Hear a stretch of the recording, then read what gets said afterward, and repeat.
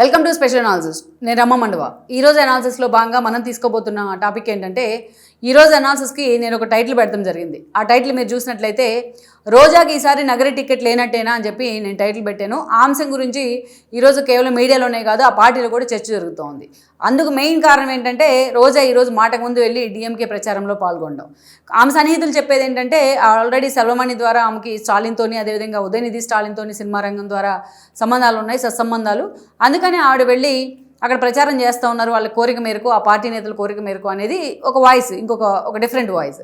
అయితే ఇంకోవైపు అసలు అక్కడున్న సిచ్యువేషన్ కానీ, అక్కడున్న సమస్య కానీ ఏంటంటే, ఈరోజు డిఎంకే పూర్తి స్థాయిలో ఇండియా కూటమిలో ఒక లీడింగ్ పార్టీగా ఉంది. ఈవెన్ మా నాన్న లాంటి వాళ్ళే ఇండియా కూటమిని లీడ్ చేయగలరు, రాహుల్ గాంధీ తప్పుకోవాలని చెప్పి ఉదయనిధి స్టాలిన్ డిమాండ్ చేస్తూ ఉన్నారు. బీహార్ ఎన్నికల ఫలితాల తర్వాత సైతం ఇది మాకు గుణపాఠం అంటూ స్టాలిన్ లాంటి వాళ్ళు రాహుల్ గాంధీని వార్న్ చేసే ప్రయత్నం కూడా చేశారు. ఈరోజు చూస్తే అటు మమతా కానీ, ఇటు స్టాలిన్, వీళ్ళంతా కూడా లీడింగ్ పొజిషన్లో ఉన్నారు ఇండియా కూటమిలో. గట్టిగా మాట్లాడాలంటే స్టాలినే ఇండియా కూటమి లీడ్ చేయాలని అనుకుంటా ఉన్నారు అనేసి ఓపెన్గా స్టేట్మెంట్ కూడా ఇవ్వడం జరిగింది వాళ్ళ కొడుకు. ఇలా ఇంకోవైపు జగన్ చూస్తే క్వైట్ కాంట్రడిక్ట్. ఎందుకంటే జగన్మోహన్ రెడ్డి ఈరోజు బీజేపీతో ఆయన పొత్తుల్లో ఉండకపోయినా, బీజేపీ అటువైపు టీడీపీ జనసేనతో పొత్తుల్లో అధికారంలో ఉన్న జగన్మోహన్ రెడ్డి బీజేపీ నుంచి, మోడీ నుంచి డీవియేట్ కానే గారు, చచ్చి గీపెట్టినా అరిచి గీపెట్టినా. ఎందుకు? జగన్మోహన్ రెడ్డిని వెంటాడుతున్న సిబిఐ ఈడీ కేసులు భయమా, ఆయన పీక మీద కత్తిలాగా వేలాడుతూ ఉన్న వివేకానంద రెడ్డి మర్డర్ కేసా, లిక్కర్ స్కామా, ఇవన్నీ కూడా జగన్మోహన్ రెడ్డిని ఎప్పుడు మోడీ వైపు చూసేలాగా చేస్తాయి, మోడీ నామస్మరణ చేసేలాగా చేస్తాయి. అందుకే జగన్మోహన్ రెడ్డి ఏ అవకాశం తనకు వచ్చినా, చిన్న అవకాశం వచ్చినా మోడీ ముందు, బీజేపీ ముందు తన గురుభక్తిని చాటుకోవడానికి ఎప్పుడు కూడా ఆయన వెనుకంజ వేయరనమాట. ఈరోజు ఎక్కడ మోడీ కోపం వస్తుందా అని చెప్పి తనకు అవకాశం వచ్చినా ఇండియా కూటమికి ఆయన మద్దతు ఇవ్వరు.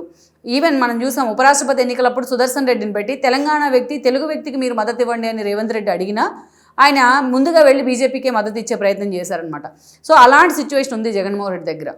ఎక్కడా కూడా బీజేపీ నుంచి డీవేట్ కాడు. ఇంకా గట్టిగా మాట్లాడితే రాహుల్ గాంధీని తిట్టి వాళ్ళ చెల్లితో కూడా టార్గెట్ చేయించుకున్నారు. అంటే ఒకవైపు జగన్మోహన్ రెడ్డి బీజేపీకి ఆ స్థాయిలో మద్దతు తెలుపుతూ ఉంటే, ఇంకోవైపు రోజా బీజేపీని వ్యతిరేకించే ఇండియా కూటమిలోని డిఎంకే పార్టీతోని ఆమె ప్రచారం చేయడం కానీ, వాళ్ళతో అంత సయోధ్యగా ఉండడం కానీ, అది జగన్మోహన్ రెడ్డికి ఇబ్బంది కలిగించే అంశం. ఎందుకంటే డ్యూయల్ స్టాండర్డ్ లాగా ఎక్స్పోజ్ అవుతుంది అది. ఇటీవల స్టాలిన్ బర్త్డే వేడుకల్లో పాల్గొన్నప్పుడే ఈ అంశం చర్చనీయాంశమైంది. ఇప్పుడు మరొకసారి ఆ పార్టీ ఏదైతే ప్రచారంలో పాల్గొనడం ఇంకా హైలైట్ అవుతూ ఉంది ఈ రోజున. మరి జగన్మోహన్ రెడ్డి అసలు ఈ విషయంలో ఏ స్టాండ్తో ఉంటారు అనేది కూడా ఈరోజు అసలు చాలా సీరియస్గా నడుస్తున్న చర్చ. అసలు జగన్మోహన్ రెడ్డి ఇండియా కూటమి వైపు ఉన్నారా? ఎందుకంటే జగన్మోహన్ రెడ్డి తెలియకుండా రోజా డిఎంకే ప్రచారానికి వెళ్ళిందని మనం అనుకోం. వెళ్తే మరి జగన్మోహన్ రెడ్డి కావాలనే ఆమెను పంపించారా? అంటే జగన్మోహన్ రెడ్డి బీజేపీతో డివియేట్ అవుతున్నారా, కంప్లీట్ తెగదెంపులు చేసుకుంటున్నారా అనేది ఇక్కడ చాలామందికి వస్తున్న అనుమానం. అయితే ఇక్కడ ఇంకొక యాంగిల్ ఏంటంటే, ఆ పార్టీలో జరుగుతున్న చర్చ, నగరి టికెట్ విషయంలో రోజాకి జగన్మోహన్ రెడ్డి క్లారిటీ ఇచ్చారు అని కూడా చెప్తా ఉన్నారు. అందుకే ఆవిడ డిఎంకే వైపు చూస్తూ ఉంది. వైసీపీని వదిలి డిఎంకేలో తన రాజకీయ భవిష్యత్తును వెతుక్కునే ప్రయత్నం చేస్తూ ఉంది. ఆ పార్టీ నిజంగా అధికారంలోకి వచ్చే పక్షంలో రేపు ఆవిడకి ఏదో ఒక కీ పొజిషన్ ఇవ్వబోతా ఉన్నారు చెన్నైలో అని చెప్పేసి ఒక చర్చ జరుగుతోంది. అందుకు కారణం ఏంటి? మొన్నటి ఎన్నికల్లో రోజా 45,000 తేడాతో ఓడిపోవడం జరిగింది గాలి భానుప్రకాష్ చేతిలో.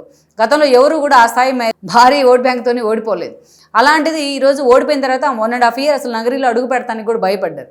పెద్దిరెడ్డి అనుచరులుగా చెప్పబడే కేజే శాంతి కానీ, కేజే కుమార్ కానీ, వీళ్ళంతా ఆవిడని చాలా తీవ్రంగా వ్యతిరేకించేవాళ్ళు. అసలు రోజా నగర్లో అడుగు పెట్టనివ్వం, రోజా అడుగు పెడితే నగరి ఇంక అంతే సంగతులు అని చెప్పేసి చాలామంది మాట్లాడారు. అప్పటి నుంచి రోజా 1.5 years అడుగు పెట్టలేదు. కానీ ఎప్పుడైతే పార్టీకి సంబంధించి కొన్ని ఇష్యూస్ వచ్చాయో, తిరుమల లడ్డు వివాదం కానీ, డిక్లరేషన్ కానీ, ఇలాంటి అంశాలు వచ్చినప్పుడు జగన్మోహన్ రెడ్డికి ఆ మాత్రం ఆ పార్టీ తరఫున వాయిస్ వినిపించేవాళ్ళు లేకుండా పోయారు. కొడాలి నాని హార్ట్ సర్జరీ చేయించుకోవడం, వంశీ లాంటి వాళ్ళు జైలుకి వెళ్ళడం. సో అలాంటి పరిస్థితుల్లో రోజాని ఆయన మళ్ళీ ఒకసారి తెర మీదకి తీసుకొచ్చారు. రోజా మళ్ళీ తెర మీదకి రావాలంటే ఆవిడ ఒక హామీ అడిగారు. నగరంలో తనను వ్యతిరేకించే వాళ్ళు ఎవరు ఉండకూడదు, పెద్దిరెడ్డి వర్గం అసలు ఉండకూడదని ఆమె కండిషన్ పెట్టిన తర్వాత అసలు ముందు ప్రయర్ ఇన్ఫర్మేషన్ లేకుండా పెద్దిరెడ్డికి జగన్మోహన్ రెడ్డి కేజే శాంతి, కేజే కుమార్ని పార్టీని సస్పెండ్ చేయడం జరిగింది. అప్పుడప్పుడు ఇక నగరికి వెళ్తూ ఉన్నారు, ఏదో 2-3 అవకాశాలు తనకి మీటింగ్స్ రూపంలో వచ్చినప్పుడు మాట్లాడుతూ ఉన్నారు. ఇటీవల లోకల్ బాడీ ఎలక్షన్ కొన్ని మండలాల్లో జరిగితే ఎంపీపీ ఎలక్షన్, అప్పుడు ఆవిడ లోకల్ నేతలను ఉద్దేశించి ఒక ప్రెస్ మీట్ పెడితే దానికి కౌంటర్గా వాళ్ళు ఇచ్చిన ప్రెస్ మీట్ అక్కడ లోకల్ చక్రపాణి దగ్గర నుంచి చాలామంది నేతలు కూర్చొని ఆ కౌంటర్ ఇచ్చిన తర్వాత ఆవిడ అసలు పూర్తి స్థాయిలో ఆ కాన్షియన్స్లో అడుగు పెడతానికే భయపడతా ఉన్నారు. ఈరోజు వాళ్ళంతా మూకుమ్మడిగా అసలు రోజా నగరిలో ఎలా పోటీ చేస్తుందో మేము చూసుకుంటాం, అసలు నగరిలో ఎలా అడుగు పెడుతుందో మేము చూసుకుంటాం అంటూ సవాళ్ళు కూడా విసిరారు. ఈ క్రమంలోనే ఆవిడ నగర వైపు చూడడానికి కూడా అంతగా ఇష్టపడట్లేదు అనేది ఒక చర్చ ఉంది. ఇక ఇప్పుడున్న పరిస్థితుల్లో నగరికి రోజాని పంపితే మరోసారి ఓటమి ఖాయమని కూడా జగన్మోహన్ రెడ్డి అంచనాలు వేస్తూ ఉన్నారు. అందుకే ఇప్పటికే నగరిలో రోజా ఓడిపోయిన నేతగా ఉన్న ఆమెను సమన్వయకర్తగానో ఇన్ఛార్జిగానో జగన్మోహన్ రెడ్డి ఇంకా నియమించలేదు. సో అందుకని జగన్మోహన్ రెడ్డి ఆల్టర్నేటివ్ ప్లాన్స్లో ఉన్నారు. పెద్దిరెడ్డి సూచన మేరకు అనే చర్చ జరుగుతోంది. ఇటు పెద్దిరెడ్డిని వ్యతిరేకిస్తే ఆయన వాళ్ళ కొడుకుతో పాటు బీజేపీలోకి వెళ్ళే అవకాశం ఉంటుంది. ఇటు రోజాని ప్రమోట్ చేసినా కూడా అదే అవకాశం ఉంటుంది. అందుకే జగన్మోహన్ రెడ్డి మధ్యస్థంగా మధ్య మార్గంగా ఆయన ఒక ట్రయల్ రన్లో ఉన్నారు రోజా విషయంలో. అందుకే ఈ ఇబ్బందులతోనే, ఇలాంటి సిచ్యువేషన్తోనే రోజా ఏపీ రాజకీయాలకు స్వస్తి చెప్పి తమిళనాడు వైపు చూస్తున్నారు అన్న ప్రచారం జరుగుతోంది. లెట్స్ సీ మరి నిజంగానే ఇది ప్రాక్టికల్గా ఎంతవరకు ఫీజిబిలిటీ ఉంటుంది, నిజంగానే ఈ ప్రచారం నిజమేనా, లేకుంటే ఆవిడ కేవలం పార్టీ ప్రచారానికి మాత్రమే పరిమితమై మళ్ళీ ఏపీ రాజకీయాల మీద ఫోకస్ పెడుతుందా అనేది మనం చూడాలి.